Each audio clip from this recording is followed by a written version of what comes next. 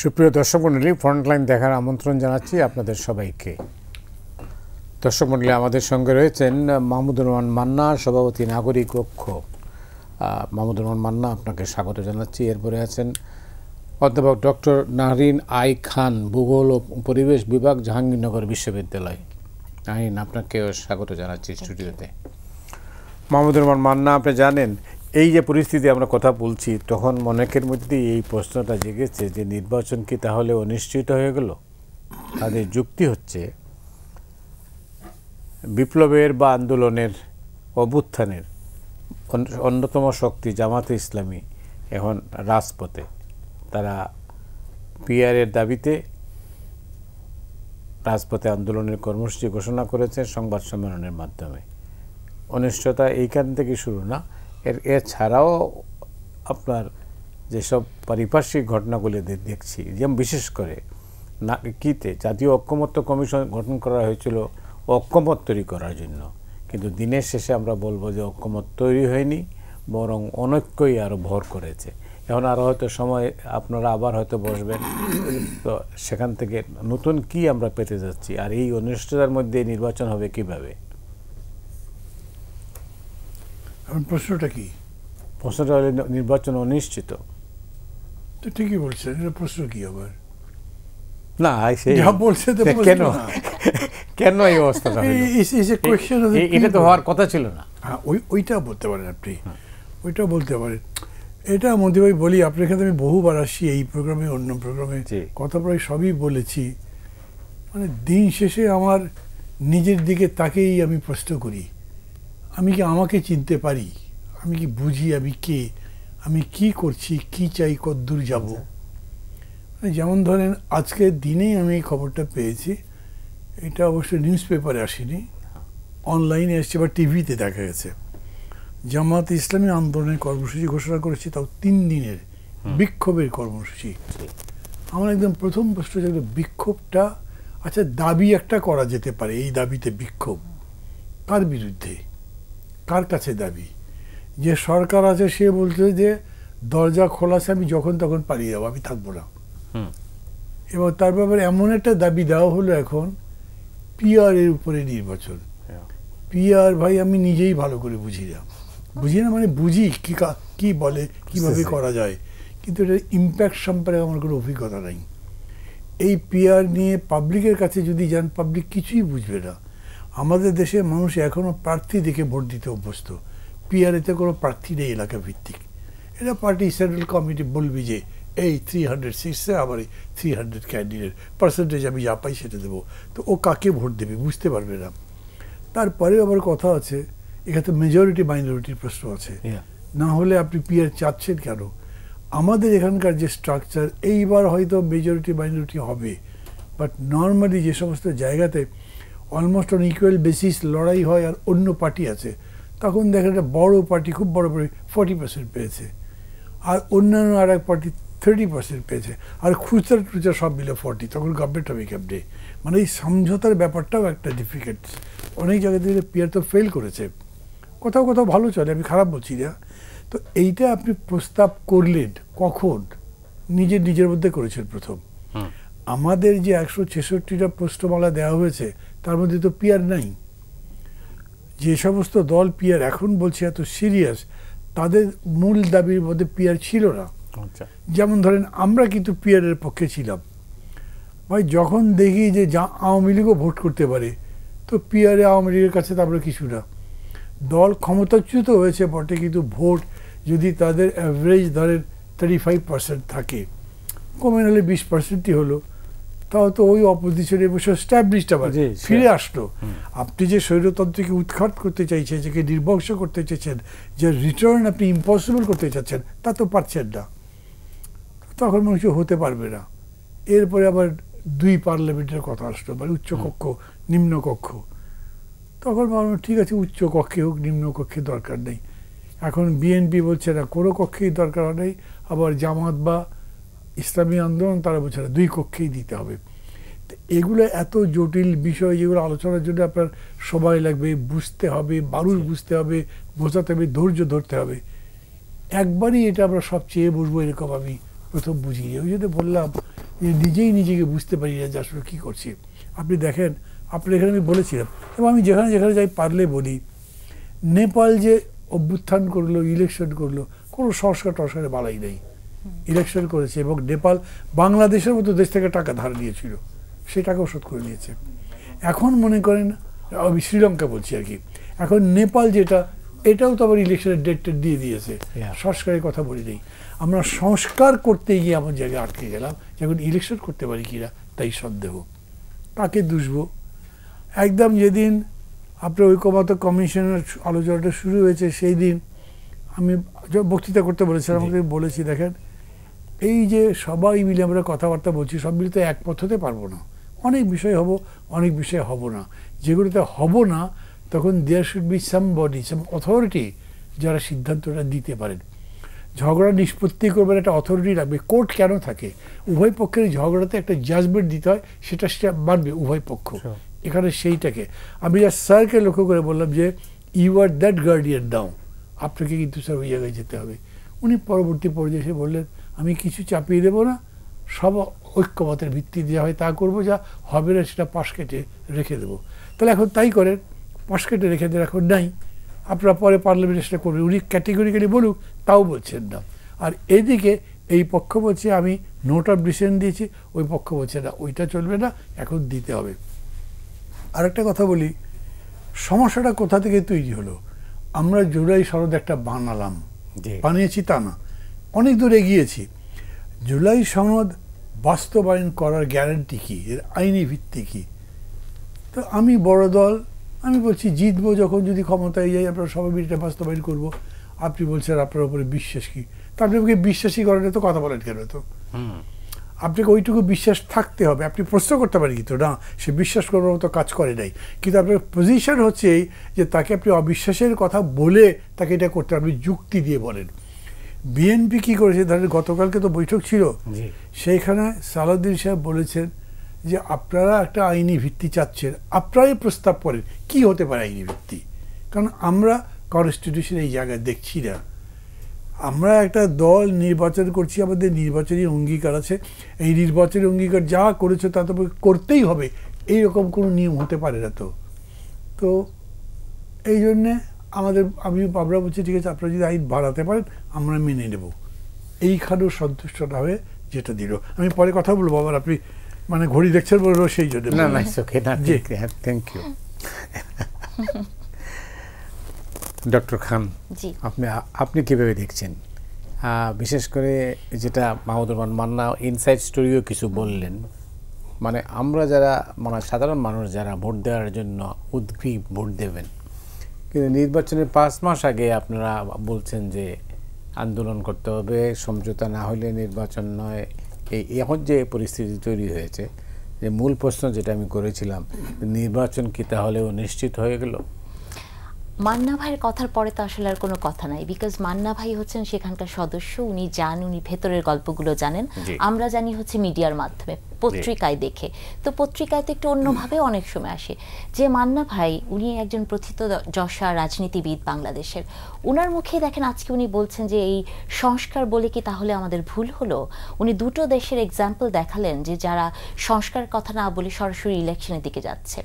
এই যে দেখেন প্রতিনিয়ত, আমি এটা আপনাকে মানে গ্যারান্টি দিয়ে বলতে পারি যে ধরুন আজকে জামাতে ইসলামী যে প্রসঙ্গগুলো টেনেছেন, যার জন্য ওনারা আন্দোলনে যাচ্ছেন, এটাও যদি মেনে নেওয়া হয়, পরের দিন আরেকটা নতুন ইস্যু আসবে। যে কথাটি মান্না ভাই বললেন যে পিআর তো আগে ছিল না, তো কোনো জিনিস মানে আপনি ঐক্যমত্যে যাচ্ছেন, কিছুক্ষণ পরেই দেখা যাচ্ছে নতুন আরেকটা বিষয় আসছে। এবং দেখেন জুলাই সনদ নিয়ে যে কথাটা আপনার চোখে পড়েছে কিনা আমি জানি না, জামাতে ইসলামী বলেছেন যে তাদের একটা পিসিও 2025 নামের ওনারা একটা আদেশ জারি করতে চান, যে যারা জুলাই সনদকে আপনার মানতে হবে, আপনাকে এফিডেভিট করে আপনাকে শপথ করতে হবে, এবং আপনি যদি সেটাকে না মানেন আপনি রাষ্ট্রদ্রোহী হবেন। আপনি কি শেখ হাসিনার ফ্যাসিস্টের মানে পদধ্বনি শুনতে পাচ্ছেন না? কারণ শেখ হাসিনার সময় বঙ্গবন্ধু জাতির পিতা না বললে আপনি রাষ্ট্রদ্রোহী হয়ে যাচ্ছেন, তার কোনো স্বপ্নের সাথে একমত না হলে আপনি রাষ্ট্রদ্রোহী হয়ে যাচ্ছেন। রাষ্ট্রদ্রোহীর একটা খেলা চলতো, প্রতিদিন রাষ্ট্রদ্রোহী করে কম করে একজন দুইজন জেলখানায় চলে যেতেন। তাহলে এটা কি জুলাই সনদ কি এমন একটা বিষয় যে আপনি এটাকে না মানলে আপনি রাষ্ট্রদ্রোহী হয়ে যাবেন? মানে এই যে ইস্যুগুলো আসে, আমি আসলে বুঝি না যে এই ইস্যুগুলো কি শুধুমাত্র নির্বাচনকে প্রলম্বিত করার জন্য কিনা। আপনি বলেন গত 1 বছরে এই যে সংস্কারের কথা বলে বা কত কিছু বলে যে আমরা শুধু সময় নিচ্ছি, সংস্কার তো মতি ভাই এটা প্রত্যেকটা টকশোতে আমরা সবাই বলি যে এটি একটি চলমান প্রক্রিয়া। ধরুন আপনাকে আমি চাই যে আপনি আজকে এরকম থাকবেন, কালকে চাইলাম আপনার আরেকটু উন্নতি হোক, তাই না? সংস্কারকে তো আপনি একটা টাইম ফ্রেমে বেঁধে দিতে পারেন না। এবং যে কথাটি মান্না ভাই বলেছেন যে আপনি যদি বিশ্বাসী নিজেদের মধ্যে স্থাপন করতে না পারেন তাহলে আপনি এক কাতারে বসবেন কি করে? আপনাকে তো ধরে নিতেই হবে যে কেউ না কেউ একজন ক্ষমতায় যাবে এবং আপনাকে তো তাকে সময় দিতে হবে, তাকে বিশ্বাস করতে হবে। এখন আমরা কি বাংলাদেশে দেখি না যে যারা ক্ষমতায় যায়, যারা সংসদে যায়, তারা শপথ করেন না? তারা তো শপথ করেন। কোনো শপথে বা আপনি যখন কোর্টে দাঁড়ান আপনি বলেন না যাহা বলিব সত্য বলিব, সবাই কি সত্য বলে? তাহলে আপনি যদি সেই ট্রাস্টটাই তৈরি করতে না পারেন, আপনি যতই জুলাই সনদের কথা বলেন, সংবিধান সংশোধনীর কথা বলেন, কোনো কিছু বলেই তো আসলে কিছু ঠিক হবে না যদি আপনি নিজে না ঠিক হন। এখন এই একটা দেশ আপনি দেখেন 17 বছর, শুধু কি 17 বছর বলবো? 17 বছর তো না। আসলে দেখেন বাংলাদেশ, আমি তো মনে করি যে আমার যুদ্ধের অনেক পরে জন্ম, কিন্তু আমি মনে করি যে বাংলাদেশে যে মানুষটি স্বপ্ন দেখিয়েছিল শেখ মুজিবুর রহমান, তার হাতেই বাংলাদেশের মানুষের স্বপ্ন সবচেয়ে বেশি ভঙ্গ হয়েছে। এবং এই যে আপনি স্বপ্ন দেখার একজন দ্রষ্টা তৈরি করলেন, আপনার স্বপ্ন দ্রষ্টা, সে যে আপনাকে কষ্ট দিল, তাহলে প্রতিনিয়ত আমরা স্বপ্ন ভঙ্গের মধ্যে দিয়ে 53 বছর গেছি। তো আপনি যদি ট্রাস্টের সেই জায়গাটা তৈরি করতে না পারেন তাহলে কি করে এই রিফর্মগুলো হবে? তো প্রথম কথা হচ্ছে যে একটা বিশ্বাসের ভিত্তি তৈরি করতে হবে এবং ঐক্যমত্য, আমি মনে করি যে প্রথমেই যতটুকু হয়েছে ততটুকু থেকেই কিন্তু নির্বাচন করা যায়। তবে এটা আপনাদেরকে মনে রাখতে হবে যে নির্বাচন যারা করবেন, আমি তো মনে করি যে লাস্ট কয়েকটা বক্তব্যে আমাদের প্রধান উপদেষ্টা খুব শক্তভাবে বলছেন অসম্ভব ভালো একটা নির্বাচন হবে। এখন এটাও যদি আমরা বিশ্বাস না করতে পারি, এই দোদুল্যমনতা আমরা কতদিন থাকবো? অনেক ধন্যবাদ। আপনি নেপালের কথা বলছিলেন, তো নেপাল থেকে আমাদের শেখার আছে। কারণ নেপালে তো এই অভ্যুত্থানের পরে মানে প্রধানমন্ত্রী পালিয়ে গেলেন, তারপরে কি হলো? ছাত্রদের হাতে ছিল, নতুন একজনকে দায়িত্ব দেওয়া হলো, সাবেক প্রধান বিচারপতিকে। তো তিনি এসে কি বললেন? তিনি দুইটা কথা বলেছেন। তিনি বলছেন যে ছাত্ররা যারা এই আন্দোলনের সঙ্গে যুক্ত ছিল তাদের বলছেন যে তোমরা স্কুল কলেজ ইউনিভার্সিটিতে চলে যাও, আর সরকার আমরা চালাই, আমরা দেখছি কি করা যেতে পারে। আমরা তো বিপরীতটাই করেছি, একদম উল্টো কাজ করেছি, খুব খারাপ কাজ করেছি। তাইলে এবং ধরেন 3 জন উপদেষ্টা দেওয়া দিয়েই কথাটা, প্রত্যেকটা ডিপার্টমেন্টে মিনিস্ট্রির জন্য আপনি আবার ছাত্রদের তরফ থেকে সমন্বয়ক পাঠিয়েছেন। আপনি মোদি ভাই, আপনি নিশ্চয়ই আমার চাইতে এইসব ব্যাপারে বেশি জানবেন। উপদেষ্টাদের সাথে কথা বলেন, তারা অবশ্যই বলে বা এইসব সমন্বয়কদের জন্য তো কাজই করতে পারি না। এবং তারা সে কী জন্যে এমন সব রিকোয়েস্ট আসবে, তারা তো প্রসিজিওরও জানে না, কিভাবে মিনিস্ট্রিটা চলে, কিভাবে গভর্নমেন্ট চলে জানে না, এমন তদবির করবে যেটার কোনো ভিত্তি নেই। মানে এরকম জানেন, কেউ রাগ করে আমাকে বলেছে প্রফেসর ইউনূস এই ছাত্রদের তো নষ্ট করে দিল, সবাইকে পার্টি করতে লাগিয়ে দিয়েছে। এটা তো কোনো কথা হলো না। আমি মানে স্যারকে এরকম করে বলবো না, উনি একটা স্বপ্নিক মানুষ, সবার চোখে স্বপ্ন দেখাতেই গিয়ে এখন আমাদের জন্য দুঃস্বপ্ন হয়ে গেল। এটা কেন? এই ছাত্রদের পার্টিও তো দাঁড়াতে পারলো না। উনি নিজে এরকম করে বলেছেন যে বিশেষ সুবিধা তাদের দিতে হবে, বিকজ তারা এত বড় একটা স্যাক্রিফাইস করেছে। যদিও মানে এগুলো বললেই না ভুল বোঝাবুঝির অবকাশ থাকে, অতদূর যেতে চাচ্ছিলাম না। কিন্তু এখন পরিস্থিতিতে এরকম হয়েছে, এই ডাকসু ইলেকশনে দেখেন তাদের কোনো খবরই নেই। তারাই যদি আন্দোলনের নেতৃত্ব দানকারী হয়, নিশ্চয়ই তারা করেছে এটা, সেটা আমি অস্বীকার করছি না, কিন্তু তাদেরকে ছাত্ররা পছন্দ করলো না কেন? এটার আনসার কি? স্যারকে তো এটা ভাবা দরকার যে উনি আচ্ছা ওকে মাইক্রো ক্রেডিটে বিগ ব্যান, সোশ্যাল বিজনেসে সব জায়গায় বড় বড়, কিন্তু পলিটিক্সে এটা আপনি পারেননি, তো আপনি ভুল করেছেন, আপনার সবার সাথে কথা বলা দরকার ছিল, বলে তারপরে সিদ্ধান্ত নেওয়া দরকার ছিল। তার ফলে হয়েছে যে উনি আটকে গেছেন, এবং কালকে যে কথা বলেছেন মানে সেটা আরো কি বলবো, কি বলেছেন, এমন নির্বাচন হবে, এমন সংস্কার করব, সারা বিশ্বের জন্য সেটা একটা বাডল হবে। আমি হতভম্ব হয়ে গেছি কথা শুনে। কেন? মানে উনি বলছেন, ডিজায়ার বলছেন, এগুলো প্রত্যেকে এইভাবে লিখেছে, আমি ডিটেলসকে পড়বার সময়ও পাই নাই। কিন্তু উনি যখন আগে তো বলেছেন এমন নির্বাচন করবে যে বিশ্ব অবাক হয়ে তাকিয়ে দেখবে, বাংলাদেশ এরকম পারে? তো বাংলাদেশ কীরকম নির্বাচন পাচ্ছে? ইউনিভার্সিটি ইলেকশনে তো প্রপারলি করা গেল না। ঢাকা ইউনিভার্সিটির অভিযোগ হয়েছে, আমি কিন্তু বলেছি যে না, ইনস্পাইট অফ এভরিথিং আমি ইলেকশনকে ধন্যবাদ দিয়ে দিচ্ছি। কিন্তু জাহাঙ্গীরনগরে আমি ধন্যবাদ দেওয়ার কথাই ভাবছিলাম, কিন্তু রেজাল্ট ডিক্লেয়ার করতে যদি আপনার 2 দিন লাগে বলেন, 2 দিন কোথায় বেশি, 3 দিন, 3 দিন লেগে গেল। তো এইটা কীরকম? তো এগুলোরই রিফ্লেকশন যদি ওই জায়গাতে যায় এবং উনি বলতে থাকেন, তারা কেমন একটা গল্প বললেন, সিন্দাবাদের গল্প। আচ্ছা, বলছে যে আলাউদ্দিনের চেরাগের মধ্যে যেরকম প্রদীপের মধ্যে ঘষা দিলে দৈত্য আসে, বলো তুমি কী চাও। এখন আপনি একটা সস্তা কিছু চাইতে পারেন, আবার আপনি চাইতে পারেন বিশ্বকে বদলে দাও। কোনটা চাইবেন? আপনার কাছে আলাউদ্দিনের দৈত্য, আপনি কি চান? দেশ বদলে দিতে। তাই সেটা না করে যদি ছোট জিনিস চান, সেটা আপনাদের ভুল, কিন্তু দেশ বদলাবার দৈত্যতা এখন আপনার কাছে আছে। আমি দেখি যে দেশের ঘাড় মটকাবার জন্য দৈত্য না বলেন। আমি সরি, আমি স্যারকে তো উনি আমি সবসময় আমার ডাইরেক্ট টিচার ছিলেন, মানে এমন কিছু আমি বলতে চাই না যাতে তার অসম্মান হয়। কিন্তু এই যে গতকাল আমরা সবাই মিলে আলোচনা করলাম, সেইখানে জামাত ইসলামের নেতাও বক্তৃতা করলে যে ভাই আমরা নির্বাচন চাই, ভুল বুঝবেন না, আমরা নির্বাচন চাই না এরকম নয়, কিন্তু আপনি যে বিক্ষোভ মিছিল শুরু করে দিলেন, তাহলে সমাধানটা কীরকম করে হবে? আলোচনার দরজা তো বন্ধ হয়নি। আপনি বলতে পারেন ভাই আলোচনা তো আসলে ভেঙে গেছে, কিন্তু অন্ত আছে এখনো, আবার আমরা 18 তারিখ বসবো, এই পূর্বাভাস সেটা আছে, ওয়েট করেন, দেখেন পারি কিনা, চর্চা করেন। আর রিয়াজ বক্তৃতার শেষে বললেন যে আমরা তো সময় বাড়ালাম, আরও বসবার কথা বললাম, কিন্তু নিজেদের মধ্যে কথা বলেন। তো নিজেদের মধ্যে কথা বলার আগেই রাজপথের কর্মসূচি দিয়ে দিলেন। রাজপথে যদি আপনি চলে যান, তাহলে তো আলোচনার টেবিলে সলিউশন হবে না। ওই জায়গাতে যদি আপনি বলেন ভাই অ্যাট অল কি কোনো চান্স আছে আর এইভাবে সলিউশন হওয়ার, তখন আমার কাছে কোনো উপায় নেই, উত্তরই নেই। অনেক ধন্যবাদ আপনাকে মাহমুদুর রহমান মান্না। আপনি নিশ্চয়ই শুনলেন, মাহমুদুর রহমান মান্না যখনই কোনো আলোচনায়, কোনো টক শোতে, আমার অভিজ্ঞতা হচ্ছে যখন আসেন, তখন আপনাকে বুঝে নিতে হবে বিটুইন দ্য লাইনস। তো আজকে কিছু কথাবার্তা কিছু স্পষ্ট করেছেন, এবং যিনি বলেছেন, যেটা বললেন শেষ কথা যেটা, সেটা দিয়ে আমি শুরু করতে চাই। তিনি বলেছেন যে রাজপথে যখন চলে গেছেন তখন তো আর আলোচনার টেবিলে নেই, তাইলে আমরা জাতীয় ঐক্যমত্য কমিশনের আর প্রয়োজন আছে কি না, সেই প্রশ্নটাই সামনে আসবে। অফকোর্স, তাই তো, মানে মান্না ভাই সবসময় বিটুইন দ্য লাইন বুঝে নিতে হয়। তো আজকে যেহেতু আমি নিশ্চয়ই বয়স অনেক তরুণ ওনার থেকে, এর জন্য উনি আমার জন্য সহজ করে দিচ্ছেন, সব সহজেই বলে দিচ্ছেন। মান্না ভাইয়ের প্রত্যেকটা কথার সাথে আমি একমত যে আপনি যদি মুখে বলছেন ঐক্যমত্য, আপনি বলছেন আবার আমরা বসবো, কিন্তু আপনি অপেক্ষা করলেন না মাত্র 2 দিন, আপনি তার মধ্যে একটা ঘোষণা দিয়ে দিলেন যেখানে রাজপথে নেমে বিক্ষোভ হবে।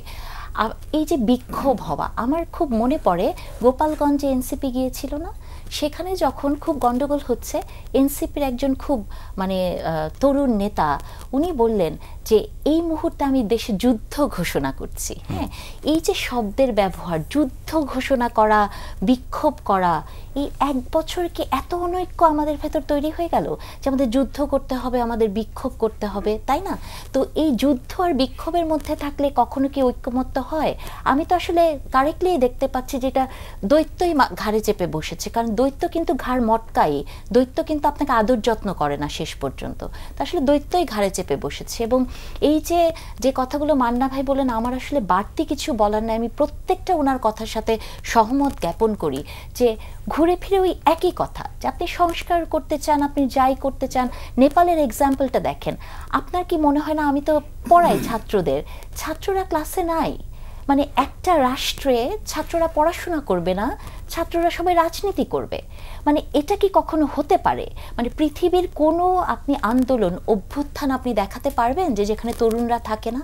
তরুণরাই তো অভ্যুত্থান করবে, কিন্তু তার পরবর্তীতে তরুণরা আবার ফিরে যায় ক্লাসরুমে, তরুণরা পড়াশোনা করে। এখন পুরো দেশ থেকে আপনি শিক্ষিত, মানে পড়াশোনা একাডেমিক ডিগ্রিতে একটা মূল্য আছে, মানে এটা তো আমরা কখনোই অস্বীকার করতে পারবো না, তাই না? একাডেমিক ডিগ্রিতে আপনি ছাত্রদেরকে ক্লাসরুমে ফিরে আসতে বলছেন না, আপনি ছাত্রদেরকে দিয়ে দিচ্ছেন সচিবালয়ে উপদেষ্টাদের সাথে কাজ করার জন্য। এবং প্রত্যেকটা মানে আমার সবসময় মনে হয় কি মতি ভাই, যে আপনি যখন মানে একতলায় থাকেন, আপনি হঠাৎ করে যদি 10 তলায় চলে যান, তাহলে মাঝখানের যে স্ট্রাগলটা, যে শিক্ষা, সেটা আপনি কোনোদিন পাবেন না। একতলা থেকে 10 তলা যেতে হলে আপনাকে প্রপার ওয়েতে 2, 3, 4 তলা করে যেতে হবে। তো এই যে সম্পূর্ণ সমাজ ব্যবস্থার মধ্যে যে ঘটনা ঘটে গেল, যে কেউ পড়াশোনা করবে না, সবাই রাজনীতি করবে, সবাই নেতা হবে, সবাই টাকা রোজগার করবে। আমার মনে পড়ছে কয়েকদিন আগে দেখেন একটা ছেলে, সে চাঁদাবাজি করতে যে ধরা পড়েছে এনসিপি কোর্টে, তার একটা সরল স্বীকারোক্তি, সে বলেছে যে আমি গরিবের ছেলে, তো এত টাকা কখনো একসাথে দেখি নাই, এজন্য আমি এই চাঁদাবাজিটা করছি। তাহলে আপনি দেখেন যে সমস্ত মনস্তত্ত্বের জায়গাটা কোথায় চলে গেছে, যে আপনি যখন স্ট্রাগল করবেন, আপনি স্কলারশিপ খুঁজবেন, আপনি পড়াশোনা করতে চাইবেন, আপনাকে আমি ওই জায়গায় না দিয়ে আপনাকে খুব একটা সহজ পন্থা দিয়ে দিচ্ছি যে টাকা বানানোর। তাহলে এটা কি আমাদের জন্য খুব ভালো হচ্ছে? আমার তো মনে হয় না যে এটা কোনো ভালো হয় নাই, তো বুঝেই যাচ্ছে। জি, অফ কোর্স। সেই এই অনৈক্য থেকে আপনি কিছু বলবার আগে আমি একটা কথা বলি। আমি মতি ভাই খুব সিম্পল বলি, আমি ডেফিনেটলি জামাত করি না, ওটার সাথে অনেক ডিফারেন্স আছে। আমি বিএনপি করি না, তার সাথে আমার ডিফারেন্স আছে। আমি আমার পার্টি করি, মানে অন্য কোনো পার্টি আমি পার্টি করি, কিন্তু তারপরে আমি কোনো পার্টিকে আন্ডারমাইন করতে চাই না, কাউকে আন্ডারমাইন করতে চাই না। আমি মনে করি ডেমোক্রেসির একটা বড় শিক্ষা হচ্ছে আপনাকে অবশ্যই অন্যকে মানে শ্রদ্ধা করতে হবে, ভ্যালু দিতে শিখতে হবে। জামাতের অতীতের ঘটনা যাই হোক, ইনস্পাইট অফ অল দিস, এখন যে জায়গায় এসে দাঁড়িয়েছে তাকে আমি জামাতকে হিসেবের মধ্যে দিচ্ছি, কগনিশনের মধ্যে দিচ্ছি। জামাত ইসলাম আমাকে পাল্টা এই কথা বলতে পারে যে তাহলে যুদ্ধের ময়দানেও কি শান্তির আলোচনা চলে না, আন্দোলনের মধ্যেও কি পরস্পরের মধ্যে কথা চলতে পারে না? আমি বলি চলে, কিন্তু সেটা কখন যুদ্ধটা লেগে গেছে, যুদ্ধ করতে করতে ক্লান্ত, মনে করছি আমাকে শান্তির জায়গায় যেতে হবে, আন্দোলন করতে করতে ভাবছি একটা সলিউশন দরকার, কথা বলেন। এরকম নয় যে আলোচনার টেবিল ছেড়ে যুদ্ধ লাগিয়ে বলবে চলেন আলোচনা করি, একদম সম্পূর্ণ উল্টা। এইরকম যুক্তি তারা দেওয়ার চেষ্টা করছে, সেই জন্য আমি কথাটা আগে বলে রাখলাম। ধন্যবাদ। আমি যেটা জানতে চাচ্ছিলাম যে এই অনৈক্য থেকে লাভবান হবে কারা? খুবই ডিফিকাল্ট বল, আমি কাউকে লাভবান হতে দেখছি না, টু বি অনেস্ট। কেন বলি জানেন? ধরেন এটার শেষ পরিণতি কি? গণতন্ত্র নিহত হবে, আর তো কিছু না। গণতন্ত্র যদি নিহত হয়, তবে এই জামাত ইসলামী যারা রীতিমতো অন্ধকারের শক্তি ছিল, গুপ্ত রাজনীতি করতে হতো, তারা সুযোগ পেয়েছে প্রকাশ্যে আসতে, এবং তারা বহু জায়গাতে অ্যাপ্লডেড হচ্ছে। তাদের মানুষ তাদের দিকে তাকিয়ে ভাবছে না কি ভাবছি কি হচ্ছে। ইয়াং জেনারেশন আগের ইতিহাস জানে না, তারা মনে করতো আগে কত কি হয়েছে, এই আমাদের বয়সে যাচ্ছে, তারা তো রাজাকার ছিল না, তারা তো আমাদের সাথে ছিল, অনেক পজিটিভ জিনিস গড়ে উঠছে, তাই ডাকসুতে জিতেছে। কিন্তু যদি গণতন্ত্র নিহত হয়, তাহলে জামাত ইসলামের বিশাল ক্ষতি হবে। সেই বড় ক্ষতি আমার হবে না, অত বড় ক্ষতি এমনকি বিএনপিরও হবে না, কারণ তারা তাদের রাজনীতির ধারাটা রাখতে পারবে। কিন্তু জামাত যে রাজনীতি করে, সেই রাজনীতির ধারা যা বিকশিত হচ্ছিল, সেটা একদম নির্বাপিত হয়ে যাবে যদি এরকম। এটা জামাত বুঝতে পারছে না কেন?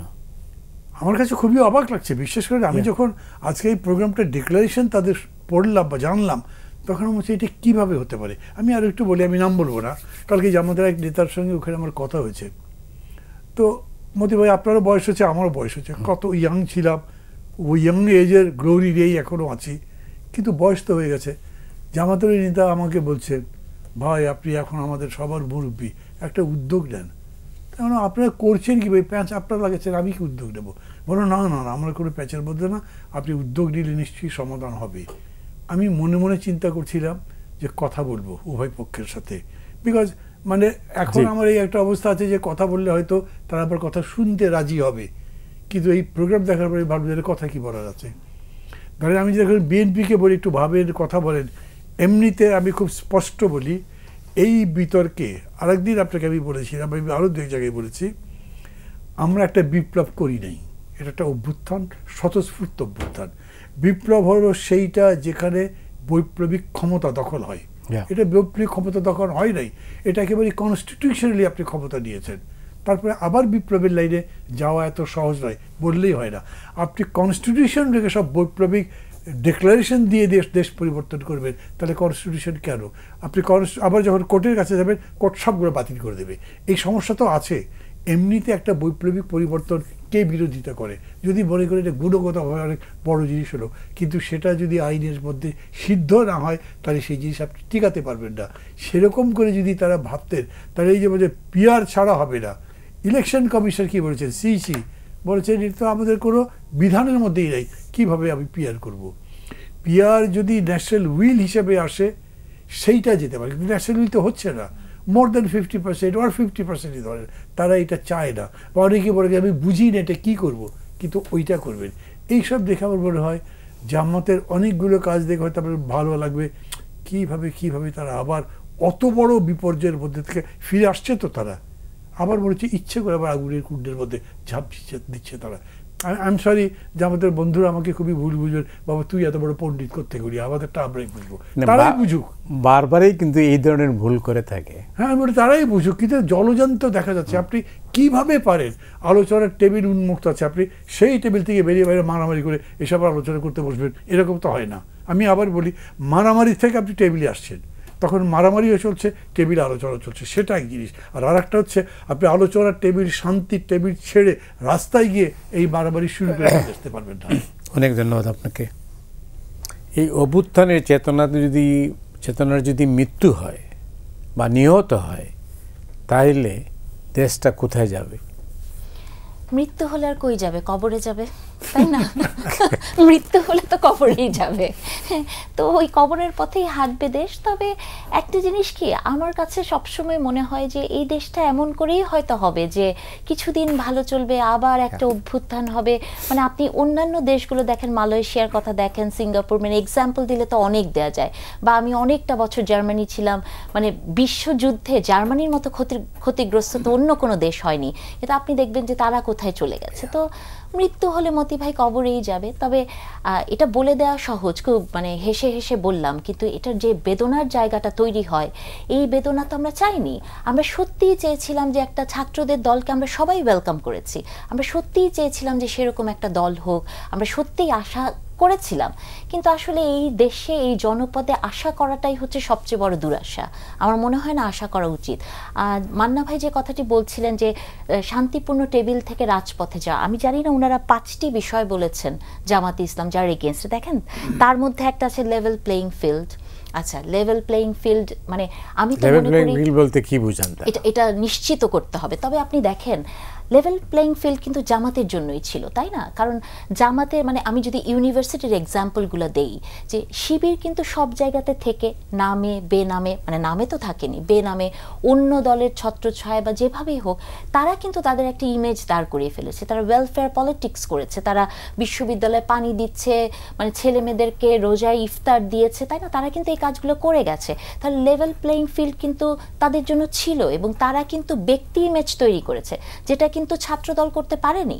মানে ছাত্রদলের একটা ছেলে তো কোনোদিন মানে ক্লাসরুমেই আসতে পারেনি। তাহলে লেভেল প্লেইং ফিল্ডের কথা যে জামাত বলে, মানে লেভেল প্লেইং ফিল্ডের সব সেরা জায়গায় তো ওনারাই আছেন, তাই না? মানে আমি কিন্তু জানি না যে আপনি শিবির কিনা, বা আপনি কিন্তু জানেন না আমি শিবির কিনা, বা মান্না ভাই শিবির কিনা, তাও জানি না। এক রহস্যময়, তাই না, বিষয়। তো লেভেল প্লেইং ফিল্ড তাদের জন্য আছে। তারপরে তারা বলেছেন যে ফ্যাসিস্টের বিচার, দুর্নীতির বিচার। আপনি কি মতি ভাই সেই বিচার চান? শেখ হাসিনা যে প্রহসনের বিচার আমরা দেখেছি তারেক রহমানের জন্য হয়েছে, খালেদা জিয়ার জন্য হয়েছে না, পরবর্তীতে কি হয়েছে? মানে এটা তো সাস্টেইন করেনি না। তো আমি চাই শেখ হাসিনার এমন একটি বিচার হবে যে একজন অপরাধী হিসেবে তারও একজন আইনজীবী থাকবে, তারও মানে বিচারটা যাতে কোনো প্রহসনের বিচার না হয় যে 2-4 বছর পর এই দেশের মানুষই বলবে যে এই বিচার প্রক্রিয়া ঠিক হয়নি।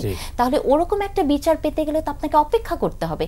সেই বিচার না হলে ইলেকশন না, জাতীয় পার্টি নিষিদ্ধ না হলে ইলেকশন না। আমি তো আজকে দেখলাম 5টা, এটা হয়তো বেড়ে আরো 10, 15, 20-এ যেতে পারে। আমাদের মান্না আবার একটু অন্য জিনিস দেখি, হাফ প্যান্ট পরার কারণে ক্যাফেটেরিয়ায় ম্যানেজারকে সূর্য সোনালীর ভিপির সতর্ক বার্তা, এটা হচ্ছে ডাকসু নির্বাচনের পরের 5 দিনের পরের ঘটনা আর কি। মধু ভাই, আপনার এখানে আসবার পরে আমি এটা শুনলাম, আমি মাস্ট বি স্টুপিড, আমি এটা আগে জানি না কেন, না এটাই মানে শোনার পরে না গা ঘিন ঘিন করে এগুলো। আমি খুব অল্প কথা বলি, কেন বলছি, এতে কোনো ভাষাই পাই না, কীভাবে ইয়ে করবো, হাফ প্যান্ট পরলে তোর কি, এতে অন্য কারো কোনো আপত্তি লাগছে না, তাদের লাগছে। এবং এটা মানে এটাকেই ডগমা বলি, কোনো একটা ডগম্যাটিক চিন্তা আছে যেটা তাকে বলছে যে হাফ প্যান্ট পরলে তুমি তাকে সতর্ক করতে হবে। আমি কিন্তু জানি না যে ধরেন যখন ইসলামের আবির্ভাব হয় বা আমাদের নবীরা যখন আসেন তখন তারা কী পড়তেন, আমরা কেউ গবেষণা করেছি, তাদের কোনো ছবি আছে কোথাও? এখন এই হাফ প্যান্ট ফুল প্যান্টের উপরে আসলো কেন? পুরা জিনিসটা এবারে একটা অন্ধত্বের মধ্যে ঢুকে যাচ্ছে, ঢোকাবার চেষ্টা করছে। মাঝে এরকম হয়েছে না, আমি এটা জামাত দিয়ে বলছি না, যারা এই অন্ধত্ব করে তাদের কথা বলছি, কপালে টিপ দিলে সেটা একটা মানে অপমান অপদস্থ করা হয়েছে। সন্ধ্যার সময় কক্সবাজার সি বিচে করে দাঁড়িয়ে দেখা গেলে তাকে অপমান করা হয়েছে, রাস্তায় রাত্রেবেলা দাঁড়িয়ে দেখা গেলে তার সম্পর্কে বাজে কথা বলে। মানে এদের ধারণাই হয়েছে যে নারী হচ্ছে, ওই যে এক দলের ম্যানিফেস্টোর মধ্যে লেখা ছিল নারী হচ্ছে ঘরের আসবাবের মতো, তারা আসবাবের জীবন দিতে চায় তাদেরকে, সেটাই করছে। সবচেয়ে বড় এটা হলো কি দুর্ভাগ্যের বিষয় হচ্ছে যে ঢাকা বিশ্ববিদ্যালয়ের ছাত্র যখন ভোট দিয়েছে তখন তারা এগুলোকে যে কোনো কারণে উপেক্ষা করেছে। দোষটা তাদের যতখানি দেবো আমি তার চেয়ে বেশি দেবো হয়তো অন্যান্য যারা আছে, যারা প্রগতির আলোটা তাদেরকে দেখাতে পারেনি। মানে প্রগতি একটা স্লোগান নয়, প্রগতির একটা ঝগড়া করবার উপাদান নয়, প্রগতি এমন একটা বিষয় যার আলো পেলে আপনি সত্যি আলোকিত হন অন্তরে বাহিরে। কিন্তু এরকম ধারণাই আমাদের মধ্যে নেই। এটার যে মাধুর্য আছে, জ্ঞানের যে মাধুর্য, তার সামনে কিছুই আসছে না। মানে এমন হয়েছে যে অনেক জ্ঞান চর্চা পর্যন্ত এরা বিরোধিতা করছে, চতুর্দিকে সাংস্কৃতিক অনুষ্ঠান বন্ধ করে দিয়েছে ওই ডগমা থেকেই। জামাত ইসলামী, আমি সবসময় বলি জামাত ইসলামী ঠিক ইসলামপন্থী কোনো ব্যাপার না, এটা একটা রাজনৈতিক দল। ইসলামকে সামনে নিয়ে বা স্লোগান হিসেবে নিয়ে, ম্যানিফেস্টো হিসেবে নিয়ে বা ন্যারেটিভ নিয়ে এটা নিয়ে আসছে, ওইটা আমি অপছন্দ করি। আমি মনে করি যে ধর্মকে ধর্মের জায়গায় থাকতে দেন, মানুষের ব্যক্তিগত উপলব্ধির বিষয়ে থাকতে দেন, তা যদি তার আত্মপরিশুদ্ধ করে সেটা করতে দেন। রাজনীতিতে যখনই আসবেন, যেহেতু রাজনীতি বিতর্কের বিষয়, অতএব ধর্ম বিতর্কের মধ্যে পড়ে যায়। এরকম হয়েছে অতীতে এবং কত রকম কাণ্ড হয়েছে। ওই যে একটু আগে উনি বললেন না যে জামাতের নেতারা যখন মেয়েদের সঙ্গে বসে তখন কোনো অসুবিধা হচ্ছে না, কিন্তু মেয়েরা যদি পুরুষের সাথে বসে তখন সেটা বিরাট অপরাধ। মানে দেবতাদের বেলা লীলা খেলা, পাপ খালি আমার বেলা, এরকম একটা ব্যাপার হয়ে যাচ্ছে। মানে অনেকের অনেক রকম অদ্ভুত অদ্ভুত আচরণ এরকম হয়তো দেখা যাচ্ছে, তারই একটা ম্যানিফেস্টেশন। তবে আমি একটা জিনিস মনে করি, আপনি অনেকে জিজ্ঞেস করেছিলেন না, আমাকেও করেছেন, এটার পরিণতি কী, শেষে কী হবে? মানুষ কিন্তু এত দূর যাবে না। বাংলাদেশের মানুষ ডগম্যাটিস্ট রিলিজিয়নের বিশ্বাস করে না। বাংলাদেশের মানুষ রিলিজিয়নকে খুবই একটা উদারনৈতিক ভালো জ্ঞানের দিকই মনে করে, ওই পথেই মানুষ থাকবে, এই পথে আসবে না। এখন হয়তো যে জিদের ভাত কুত্তেকে খাওয়াই দিলাম রাগ করে, হ্যাঁ প্যাটা তোরে দেখতে পারি না, যাও হোক আমি এখানে গেলাম, এরকম একটা ঘটনা ঘটছে। এই সব কিছু তার থেকে আমার মনে হয়, আমি কোনো মানে ছাত্রদের রায়কে অশ্রদ্ধা করছি না, ছোট করছি না, কিন্তু অনেক সময় ব্যাপক মানুষও ভুল সিদ্ধান্ত করে। একসময় সমগ্র পৃথিবী মনে করতো সূর্য পৃথিবীর চতুর্দিকে ঘোরে, তো ওই রায়কে আমার শ্রদ্ধা করতে হবে তা তো নয়। ওই রকম ভুল হলে সেটা ধরিয়ে দেওয়াই উচিত। এটা ঠিক, যদি কেউ মনে করে যে এক্স আর ওয়াইয়ের মধ্যে তুলনামূলক বিচারে আমি ওয়াইকে ভালো মনে করছি, ওয়াইয়ের অনেক ত্রুটি আমি বুঝতে পারি নাই বা আমি ধরছি না, কিন্তু যদি ওয়াই আরও সামনে আপনার আসে, এক্সপোজড হয় তার ত্রুটিগুলো, তখন আপনি এটাকে রিজেক্ট করে আরও ভালোর দিকে কিছু করবেন। একটাই প্রত্যাশা, যেটা আমরা পারছি না, তাতে হচ্ছে যে এ বি দুটোই যদি বাদ দেবার ব্যাপার হয়, তাহলে সি যেন সামনে আসে, এটা হচ্ছে না। অনেক বড় প্রশ্ন। শিক্ষক নেটওয়ার্ক একটা মূল্যায়ন আপনি নিশ্চয়ই লক্ষ্য করেছেন। তারা যেটা বলছেন যে আসলে বিশ্ববিদ্যালয় প্রশাসন একটা দলকে জেতানোর জন্য কাজ করেছে, আপনি কি এর সাথে আপনি কি একমত? এটা জাকসুর কথা বলছেন না ডাকসুর কথা বলছেন? এটা আমি ডাকসুতে মিলেই তো প্রায়। আসলে আমি ডাকসুর বিষয়ে কোনো মন্তব্য করতে চাই না, কারণ আমি ওখানে ফিল্ডে ছিলাম না। কিন্তু জাকসুর বিষয়ে আমি একটা মন্তব্য করতে চাই, কারণ আমিও মনিটরিং সেলে ছিলাম। মন্তব্যটা আসলে এরকম নয়। মানে আমার কাছে যেটা মনে হয় যে আসলে ভোট তো শুধু খালি জাল ভোট দিলেই ভোট চুরি হয় না, ভোটে অনেক ধরনের ইঞ্জিনিয়ারিং করা যায়।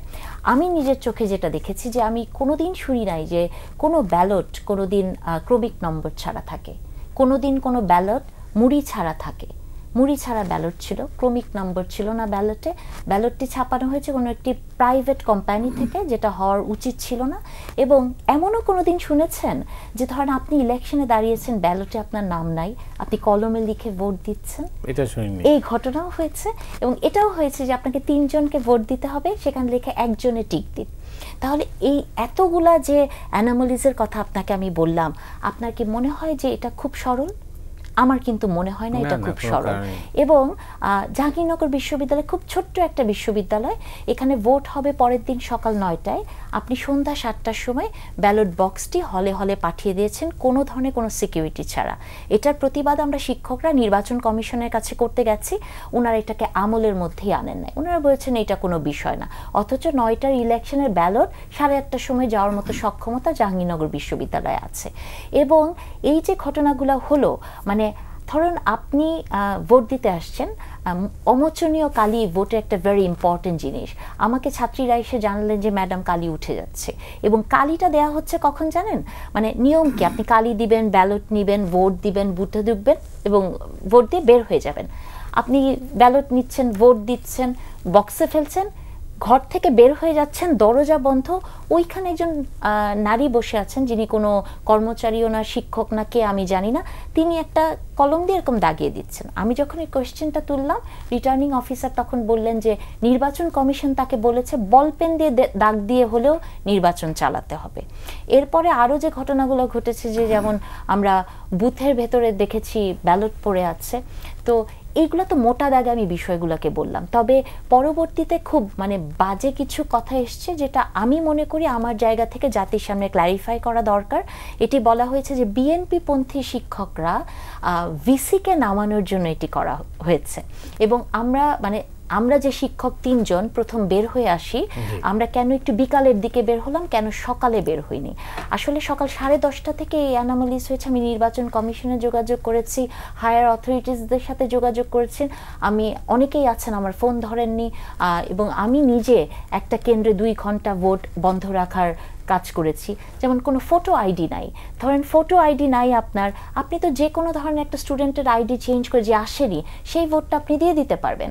আবার একজনকে ঘোষণা করা হয়েছে সে জয়ী, একটু পরে তাকে ফোন করে বলা হচ্ছে তুমি আসলে জয়ী না, 22কে আমরা 82 পড়েছি। এখন আপনি এটাকে কি বলবেন? একে কি আপনি ইলেকশন ইঞ্জিনিয়ারিং বলবেন? একে কি আপনি নির্বাচন কমিশনের গাফুলতির কথা বলবেন? এখন আপনি যখন নির্বাচন কমিশনকে আগে জানাচ্ছেন বিষয়গুলো, তারা যখন এটি আমলে আনবে না, তখন কি আপনার ভেতরে একটা প্রশ্ন তৈরি হতে পারে না যে কেন এটা হলো না? দেখেন, একজন শিক্ষকের মৃত্যু হয়েছে, এটা কি আমাদের কাম্য? একটা 11,000-এর মধ্যে 7,000 ভোট দিয়েছেন, সেটা কাউন্ট করতে 3 দিন লেগেছে। এটা কারণ কি? কারণ যে মেশিনটার কথা হয়েছে, সেটা মাঝরাতে যে ঠিক হয়েছে যে মেশিনে আসলে ভোট গণনা করা হবে না। তো এই কারণে শিক্ষক নিয়োগ করে তারা এটা করেছেন, এবং মাঝে অনেক কিছু হয়েছে। আমাদের আরও 2 জন শিক্ষক পদত্যাগ করেছেন, এবং শুধু যে জাতীয়তাবাদী শিক্ষক তা না, তার বাইরে যেও তারা পদত্যাগ করেছেন। এই কারণগুলোতে প্রলম্বিত হয়েছে বিষয়টা। তো আসলে সব কিছু ছাপিয়ে যেটা মনে হয় যে দেখেন, একটা ছোট্ট ইলেকশন, হ্যাঁ, এবং এই ইলেকশনটা করার জায়গাতেই আপনি দেখছেন যে কত অপরিণামদর্শী মানে কাজ হচ্ছে। তো এটা যে কোনো একটা বড় প্রি প্ল্যানের অংশ না, এটা আসলে মোটা দাগে বলে দেওয়া যায় না। কারণ ইচ্ছা করলেই এই ছোট ইলেকশনটাই আসলে সব আপনার কমপ্লেইনগুলোকে আমলে এনে এটার একটা সমাধান করা যেত বলে আমি বিশ্বাস করি। তবে আমি দ্ব্যর্থহীন কণ্ঠে বলতে চাই যে এটার পেছনে অন্য কোনো রাজনীতি খুঁজলে তাহলে সব সময় ওই জিনিসটাই হবে যে আপনি শেখ হাসিনার সময় যে আপনি যাই করবেন না কেন, শেখ হাসিনা বলতো যে তার পতনের জন্য এই কাজটা করা হচ্ছে, একটা প্ল্যান খুঁজতো। এটা আসলে আমি বলছি নিজে যে এটার পেছনে কোনো প্ল্যান নাই।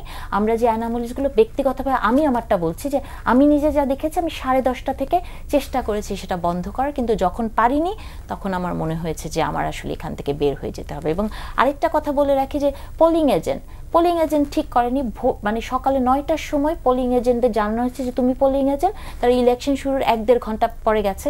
আমি যে সেন্ট্রালি মনিটরিং কমিটিতে ছিলাম, আমি জেনেছি ভোর 5টার সময় যে আমি সেই কমিটিতে আছি। আচ্ছা, কি শুনলেন, কি বলবো বলেন? মানে আমার এই টকশোতে আসার সবচেয়ে বড় বেনিফিট ওনার কথা শুনে। আমি তো তাই অবাক হইলাম, মিডিয়া আমরা তো জানি না। আমার নিজেরও মনে হয়েছে যে 3টা সব বিএনপি পন্থী শিক্ষক এর একটা ইস্যু তৈরি করার জন্য এটা করেছে। আমি এটা বলিনি কারোর কাছে, কিন্তু আমার মনে হয়েছে তাই। নাহলে 3জন মিলে করবে। কারণ তো উনি যা বললেন, প্রথম কথা হলো যে ওনাকে আমি ওরকম করে মনে রাখতে পারিনি, কিন্তু আগে তো আমার তার সাথে দেখা হয়েছে আরও 1-2 সেমিনারে। তো ওনাকে আমি এই মাপে নিচ্ছি না যে উনি বিএনপি পন্থী শিক্ষক তাই বাণী বলছেন। আর এখন যে কাহিনীগুলো বললেন, মতি ভাই, suppose she is an actress, she wants to make cases, want to make points, তবু সে পয়েন্ট আপনাকে কগনিশনে নিতে হবে। অথরিটিকে তাদের জবাব দিতে হবে। তো অথরিটি জবাবই দেয়নি, ঢাকা ইউনিভার্সিটিতেও কিন্তু তাই, জবাবই দেয়নি। অথচ জবাবদিহি গণতন্ত্রের একটা বিরাট পার্ট। আমরা এইখান থেকে যদি না শিখি, ইউনিভার্সিটি থেকে যদি না শিখতে, বাইরে কোথায় গিয়ে শিখবে না। অতএব মানে দিস আর ভেরি খুবই হোপলেস একটা সিচুয়েশন আমি বলবো। এবং মানে এই কথাগুলো আমাদের বলে যেতে হবে। বলতে বলতে দেখবেন মানুষ আবার ঘুরবে, এবং এই যে মানে একটা পশ্চাৎগমনের মতো অবস্থা মনে হচ্ছে, এটা থেকে আবার এইভাবে একটা নির্বাচন করা যেতে পারে কিনা। না, উনি যেগুলো বলতে কোনো নির্বাচনই তো ফাজলামি করা হয়েছে, নির্বাচনই তো উনি যেভাবে বলছেন সেইটা যদি আপনি এগ্রি করেন, আর এগ্রি করবেন না, উনি অযথা বিচে বানায়, মানে আমি এখন ওনাকে বিশ্বাস করি না। উনি তো ওইটার মধ্যেই ছিলেন, রিজাইনই করেছেন না, ওটার মধ্যেই ছিলেন। এবং উনি বিএনপি পন্থী ওই মানে কিছু অন্ধ দলকানা টাইপের মানুষ আছে না, উনি তার মধ্যে পড়েন বলে আমি ধরছি না। সেই ক্ষেত্রে ওটা আমি কগনিশনে যদি নেই, তাহলে ইলেকশন আমাকে এগ্রি করাই তো মুশকিল। কি কারণে এগ্রি করবো? এইটার উপর ভিত্তি করেই তো আপনার রাজনীতির নতুন ন্যারেটিভ চেঞ্জ হয়ে গেল। তো বটেই, বলতে হবে আমাদেরকে না ঘটনাটাই। ওরাকে পারলে সব টিভিতে প্রতিদিন কথা বলতে পারেন না, অল দ্য টিচার্স। আমরা তো করতে পারতাম, ডেকে ডেকে তারা বলতে পারতেন যে তাদের এই বক্তব্য, আর বলেন যে আপনাদের ভিন্ন যে বক্তব্য আছে আপনারা কেউ আসেন আমাদের কাছে, আমরাও দেবো। এই এভিনিউজ আমাদের দেশে এখন তৈরি হয়নি। তাহলে ভিসি কি পেলেন? ভিসি কি পেলেন? হতাশা, আর কি পাবেন আমি জানি না। উনি কি পেলেন, আমি তো আসলে এই হতাশা না, এক ধরনের আনন্দ হতে পারে। আমি আসলে এই কমেন্টটা করতে চাই না, কেন এটা খুব ব্যক্তিগত একটা কমেন্ট হবে। বরং আমি একটা সামষ্টিক জায়গা থেকে বলি যে এটা একটা স্বপ্ন ছিল। আমরা মান্না ভাইরা তো জাকসু দেখেছেন, আমি আমার স্টুডেন্ট অবস্থায় দেখিনি। 33 বছর পর জাহাঙ্গীরনগরে এসেছে, ওই আপনার সুনীলের কবিতার মতো 33 বছরে যে কথা রাখে না, এটা আসলে জাকসু প্রমাণ করে দিয়েছে। এখন এই যে মানে আমি তো কয়েকটা বললাম, এমনও হয়েছে যে ধরেন একজন ছাত্রী এসে বলছে যে আমার নাম নাই, প্রভোস্ট লিখে দিলে ওই কাগজ নিয়ে ভোট দিতে যাচ্ছে, মানে নির্বাচনের লিস্টের মধ্যে তার ভোটার লিস্টে তার নাম নাই।